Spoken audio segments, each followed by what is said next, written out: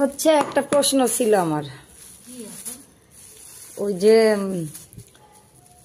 সব যারা কাজ করে তারা তো আন্দোলন করছে যে তাদের হচ্ছে কাজের বেটি বলা যাবে না, বুয়া বলা যাবে না, তো খালা বলা যাবে না, তারপরে তো যাই হোক, এখন আপনার আমি কি বলে ডাকবো, পরে আবার তো আবার বিপদ হয়ে যাবে।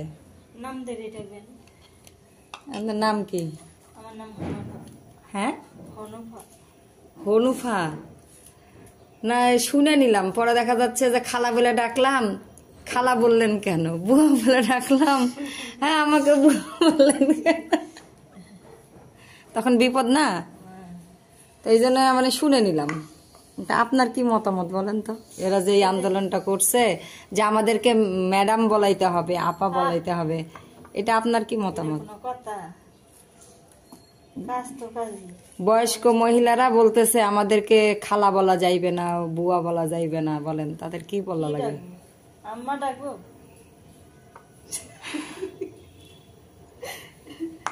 আল্লাহ কি বলবো আর, কি বুঝে আল্লাহ জানে। ওই আদাগুলো একটু কুচাইয়া দেন, তাহলে ব্লেন্ড করি, রসুনগুলো একটু মরিচ তো একটা মুখ ফাটাই দেন তো। না আমার ওই জন্য মনে হলো আমি জিজ্ঞাসা করবো, আমার জিজ্ঞাসা করাই হলো না যে কি বলতাম। অবশ্য আপনি আমার বয়সে ছোটই হবেন,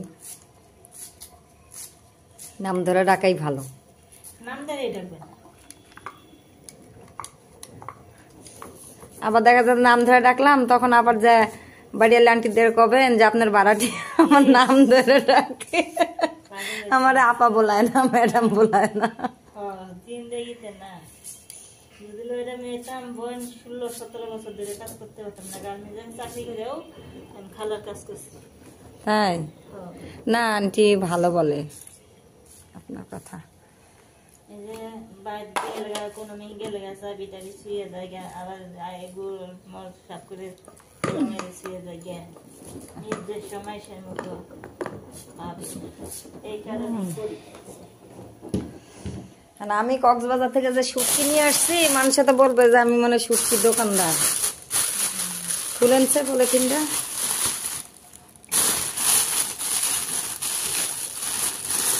ছোটখাটো একটা ব্যবসা দিলেই হয়। 4,000 টাকা শুটকি কিনছি, আগেকার শুটকি তো আছে। ঢালেন ঢালেন, এটা খুলে পলিথিনের জন্য এলাম তো, দেখি শুটকির কি অবস্থা।